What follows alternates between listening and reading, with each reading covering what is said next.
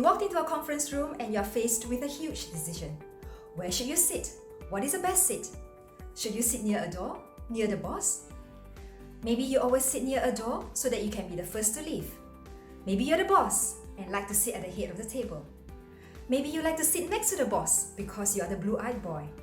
Or perhaps you always choose the other end of the table because you don't always see eye to eye with your boss. Wherever you sit, it matters way more than you think. Hello, I'm Wendy, Professional Brand Image Consultant and Director of Brandimage International Institute. Today we'll be looking at how do you choose your best seat in your next meeting. Let's look at the different positions at the conference table.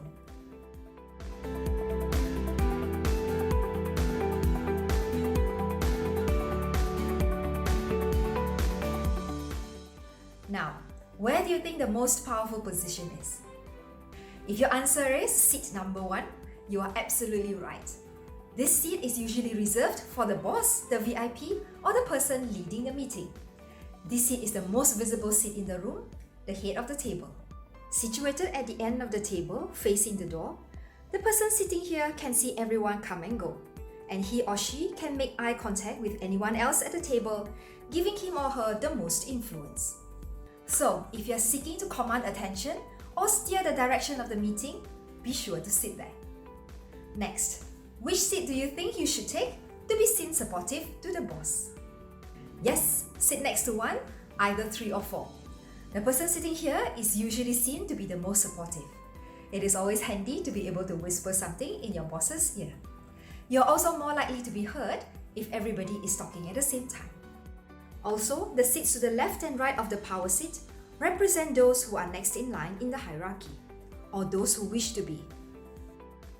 So, if you're looking for upward mobility, make a beeline for these important seats. Now, let's look at seat number 2, what I call the opposing seat. While the power seat is the most visible, the focal point is where the person in power is looking. This is a seat directly opposite the power seat at the other end of the table. Do proceed with caution because this position directly confronts the power seat. You're making a statement that you are a strong competition. So if you're on this seat and do not want to be seen confrontational, smile more, have eye contact, nod, and give more supportive feedback.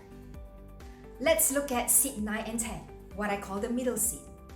If you sit on the middle seat, you're going to get less eye contact and floor time because of the nature of the boardroom. This is a good place to sit if you want to go into a stealth mode.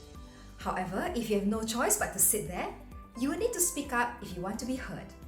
Here's another thing with the middle seats. Sitting side by side is deemed friendlier and less confrontational. If you have people sitting opposite, facing each other, it can foster a competitive and defensive atmosphere, increasing chances of debate and even hostility. So, be a little bit careful if you are sitting there or if you are placing people at the middle seats. So now we are left with 7, 8, 11 and 12. Who do you think sits there? You will notice that 7 or 8 is behind 1 and 2, which means it's usually for the secretary or for the personal assistant. So seat number 7 is for the boss's PA, while seat number 8 is for the visitor's PA or an assistant taking notes. Now, what about seat 11 and 12? Do take note that if you sit along the wall, you literally do not have a seat at the table and are therefore expected to keep silence.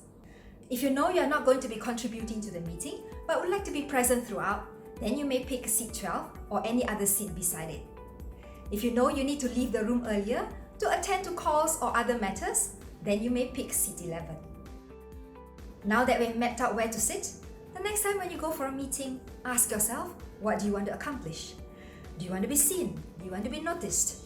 Or do you just want to sit quietly and be an observer in a meeting? Make a conscious decision on this as it will help you choose your best seat. Here's an interesting video to recap on our earlier discussion.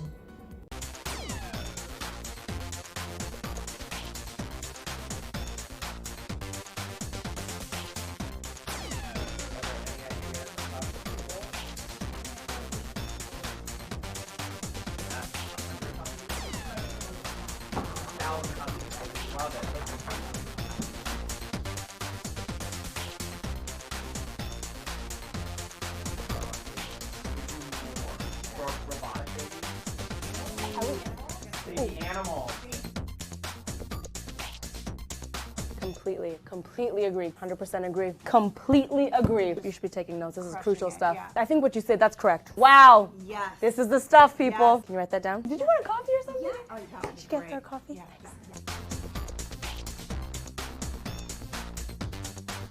Absolutely not. I hate it. I hate it. No.